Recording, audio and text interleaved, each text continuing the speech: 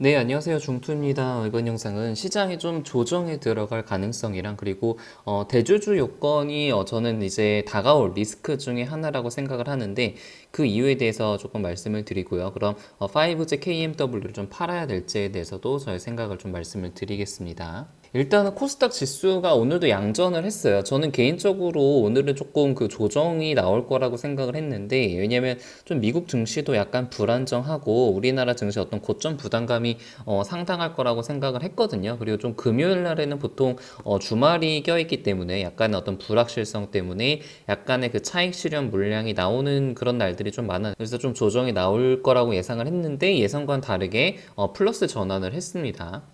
그래서 뭐 개인적인 이제 저의 보유 종목들도 상당히 좀 좋은 그런 종목들이 많아요. 물론 이제 전반적으로 봤을 때는 하락한 종목들이 많았던 것 같은데 전체적으로 봤을 때는 네, 아무튼 장 막판에 이제 플러스 전환을 하면서 다행히 전체 수익률은 좀 좋았던 것 같아요. 그래서 오늘은 조금 약간 그 고점에 대한 그런 부담감 때문에 몇 가지 종목들을 좀 매도를 해가지고 현금화를 했는데 어떤 종목 매도했는지는 좀 멤버십 게시판을 보면 될 것 같고요. 지금 이제 9월 11일인데 앞으로 지금 뭐 10월, 11월, 12월 해서 지금 주식에 나올 수 있는 리스크를 조금 고민을 해봐야 될 때인 것 같아요. 지금 코스닥 같은 경우는 사실 어떤 시장의 전체적인 시스템 리스크가 없기 때문에 지금 이렇게 지금 상승 추세를 계속 만들어 가고 있는데 이런 상태에서 만약에 예상치 못한 어떤 블랙스완 같은 그런 리스크 요인이 터졌을 때 시장은 또 급속도로 하락을 할 수가 있는 거거든요. 특히나 지금 이렇게 신용 잔고가 엄청나게 급증을 하고 있는 상황에서의 리스크들이 이제 반영이 된다면은 시장이 이제 생각보다 크게 하락을 할 수가 있습니다. 그래서 사실 대주주 요건 자체는 어떤 그 예상치 못한 뭐 블랙스완 같은 코로나 같은 리스크는 아니죠. 뭐 예견이 되어 있고 지금 뭐 정부 정책적으로도 내년부터 시행을 하겠다 뭐 이런 지금 입장을 고수를 하고 있는데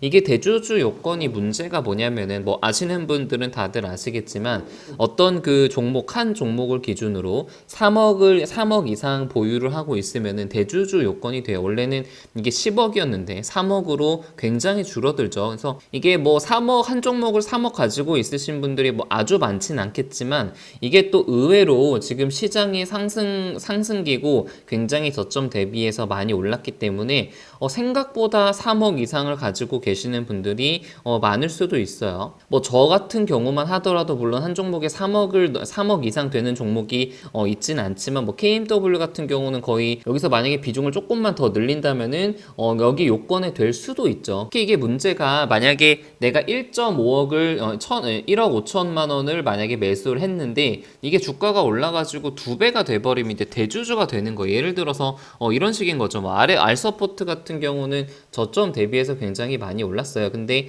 이게 만약에 저점 한 2,000원이라든가 뭐 한 5,000원에서만 만약에 큰 비중을 매수를 하게 되면은 이게 주가가 상승하면서 대주주가 돼버리는 거예요. 그래서 이게 문제가 시장이 계속해서 상승하려는 그런 동력이 있잖아요. 근데 그런 동력을 끊어버린다는 게 현재 대주주 요건을 강화시킨다는 거에 굉장한 그런 문제라고 생각을 하거든요. 그래서 어떤 그 종목이 오르기 위해서는 매수세가 붙어야 되는데 만약에 어떤 그 시장 이 종목의 주가를 결정짓는 어떤 주도 세력이 있을 거 아니에요. 근데 그 주도 세력이 이 주가를 올려버리게 되면은 본인들이 가지고 있는 그런 비중들이 대주주 요건에 들어갈 가능성이 있기 때문에 그렇게 되면은 이게 연말까지 주가를 일부러 올리지 않을 가능성도 저는 충분히 있다고 생각을 해요. 그래서 그 대주주 요건이 적용되기 전에는 주가가 조금 빠지다가 이제 적용이 되면서부터는 다시 이제 오를 가능성도 있다고 보는 거죠.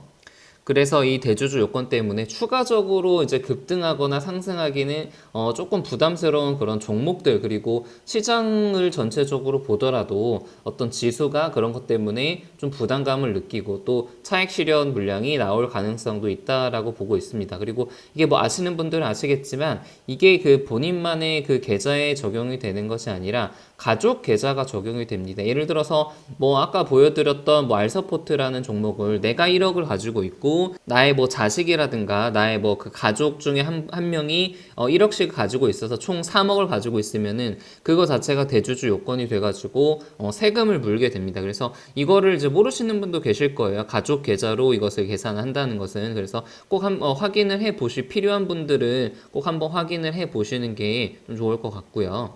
그럼 뭐 이제 저 같은 경우 KMW를 좀 많이 가지고 있는데 뭐 저 이거를 좀 매도를 해야 되냐, 저는 뭐 아직 대주주 요건에는 들어가진 않아 가지고 그것 때문에 양도소득세를 걱정해서 이제 팔 문제는 아닌 것 같고, 이게 뭐 시장이 좀 조정을 받는다면은 좀 비중을 좀 줄여야 하지 않을까, 그런 고민을 자연스럽게 하게 되죠. 그래서 뭐 사실 저도 더 추가로 매수를 하고 싶은데 아무래도 그런 이슈들이 좀 있기 때문에 더 이제 선뜻 추가하기가 조금 두려운 상황이고, 저는 아직까지는 팔 계획은 없어요. 이게 이제 그 대주주 요건 때문에 본격적으로 물량이 나오는 시기가 한 11월 중순부터라고 좀 생각을 하고 있는데, 아직까지는 그래도 한 2달 정도가 좀 남았잖아요. 그래서 좀 2달 안에 만약에 시세를 좀 낸다면은 당연히 좀 물량을 줄일 거고, 2달 안에 시세를 이제 못 낼 수도 있겠죠. 그래서 개인적으로는 이게 이제 4분기 실적이 본격적으로 이제 반영이 되는 그런 시점 이전에 이게 좀 어느 정도 상승을 해줘서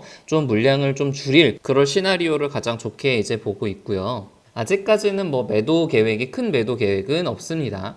네, 그래서 오늘은 대주주 요건에 대해서 간단하게 조금 알아봤고, 이제 개인적인 5G KMW 전략에 대해서도 말씀을 드렸습니다. 네, 이상입니다.